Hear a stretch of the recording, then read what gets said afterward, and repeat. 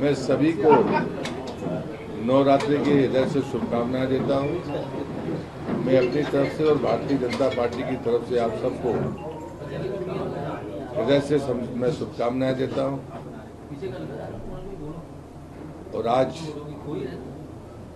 मैं अपने एक अनुभव को भी शेयर करता हूं कि मुझे छिंदवाड़ा के गांव में, जो अब नगर निगम की सीमा में है, लेकिन चूंकि अनुसूचित जनजाति बाहुल्य गांव है,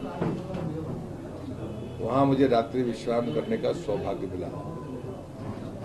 मेरे लिए नई बात नहीं है, लेकिन मैंने कल जिस प्रकार से छिंदवाड़ा में नौजवानों से, और वो भी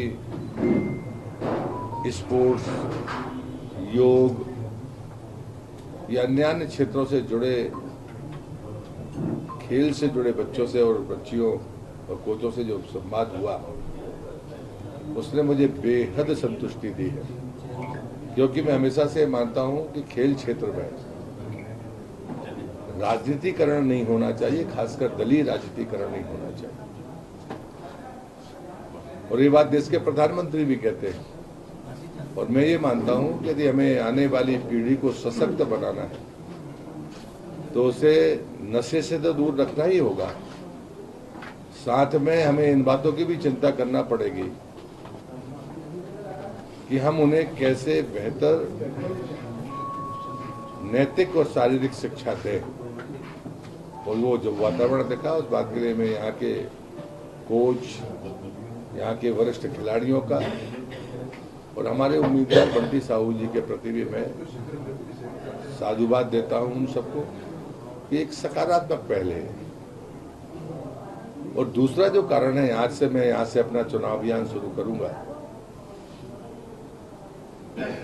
साथ में मैं कमलनाथ जी को आईना दिखाना चाहता हूं, क्योंकि मैंने उनको कहा है कि वो थका हुआ नेतृत्व है और वो बेदाग नहीं है। और दो मैंने बातें उनके सामने कही थी, उसका जवाब ना उनने दिया ना कांग्रेस ने दिया। मैंने कधान प्रोजेक्ट के बारे में उन पर आरोप लगाया था और वो आरोप तथ्यात्मक था। दूसरा, जब मैं उनको थका हुआ कहता हूं तो मैं आज उन्हीं के इस छिंदवाड़ा से, मैं उन्हें छिंदवाड़ा के बारे में कहूंगा कि इतने लंबे चुनावी राजनीति में, इतने लंबे समय रहने के बाद भी वो ना तो आदिवासी के हुए, ना आम आदमी के हुए, ना छिंदवाड़ा के हुए। विकास की जिस परिभाषा को वो मानते हैं, मैं उसे सिरे से खारिज करता हूं।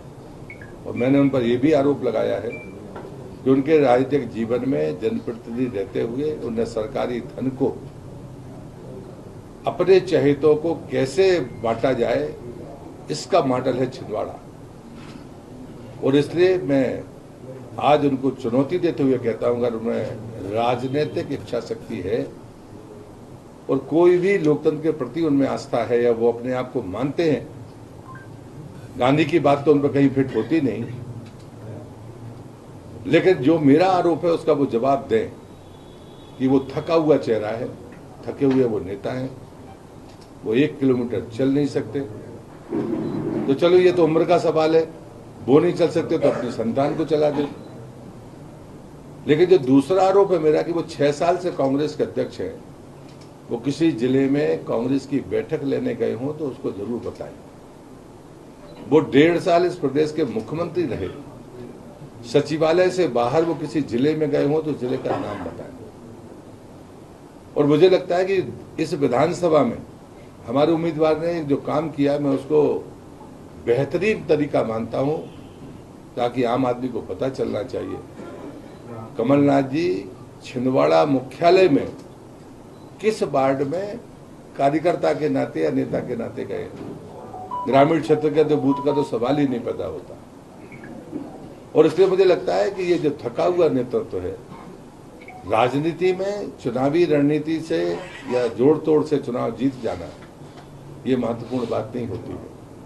और इसलिए मैं आज उनको कहता हूं कि उनका जो आपा खोने का तरीका है कांग्रेस का, मैंने कहा था कि कांग्रेस किसी भी कीमत पर भारतीय जनता पार्टी का मुकाबला नहीं कर सकती। ये वही कमलनाथ हैं जिनने कहा था कि हम 6 महीने पहले अपने उम्मीदवार घोषित किए करेंगे।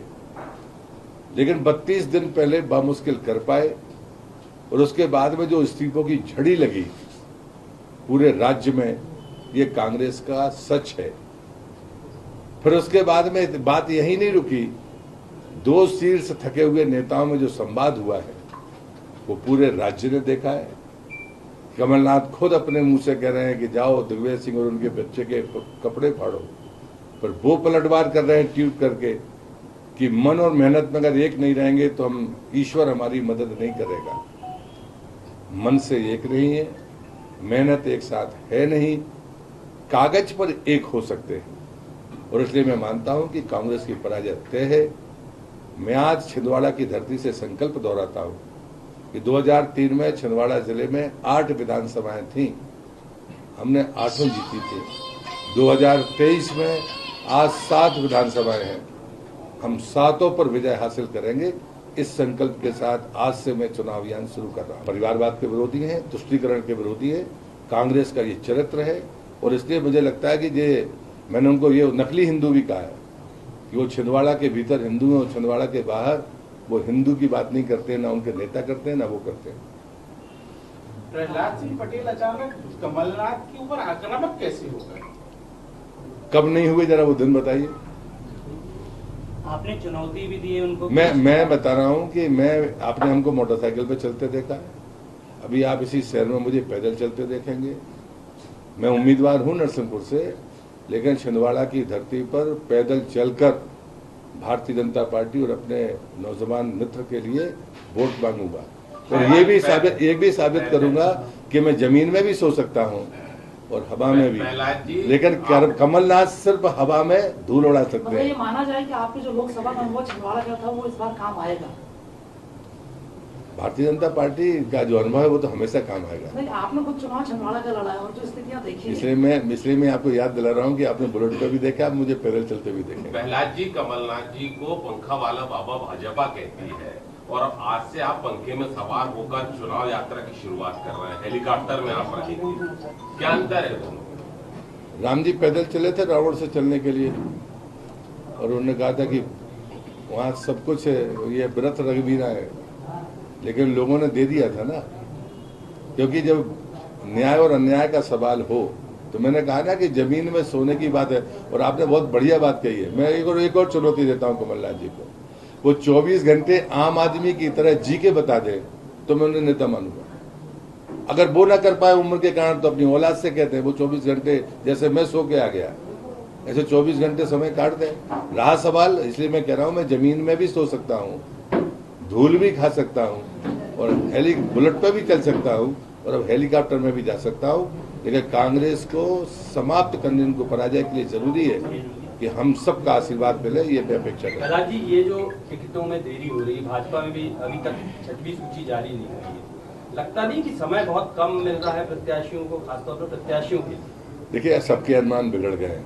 जो 6 महीने की बात कर रहे थे वो 32 दिन में सूची निकाल पाए, हमने 100 दिन पहले निकाल दी। हमारी प्रक्रिया में कोई देरी नहीं है। नामांकन 21 तारीख से शुरू होने हैं। भारतीय जनता पार्टी की सूची उसके पहले कंप्लीट हो जाएगी। चौड़ी को लेकर क्या कहेंगे? अच्छा फैसला होगा। कांग्रेस ने अपना वचन पत्र घोषित कर दिया, 101 गारंटी है। भाजपा का घोषणा पत्र झूठ की गारंटी है, लालच की गारंटी है, भ्रम फैलाने की गारंटी है कांग्रेस के वचन पत्र में। इससे ज्यादा कुछ नहीं है उसमें। हमारा समय के साथ ही आता, हमारी डेट तय होती है, नामांकन भरे जाएंगे, उसके बाद में समिति ने अपनी रिपोर्ट दी है, हमारा घोषणा पत्र दिए समय पर आएगा। इस बार क्षेत्रपाल सारे चुनाव में, तो मुख्यमंत्री आप में से इन्हीं क्षेत्रपाल में से कोई एक आएगा क्या?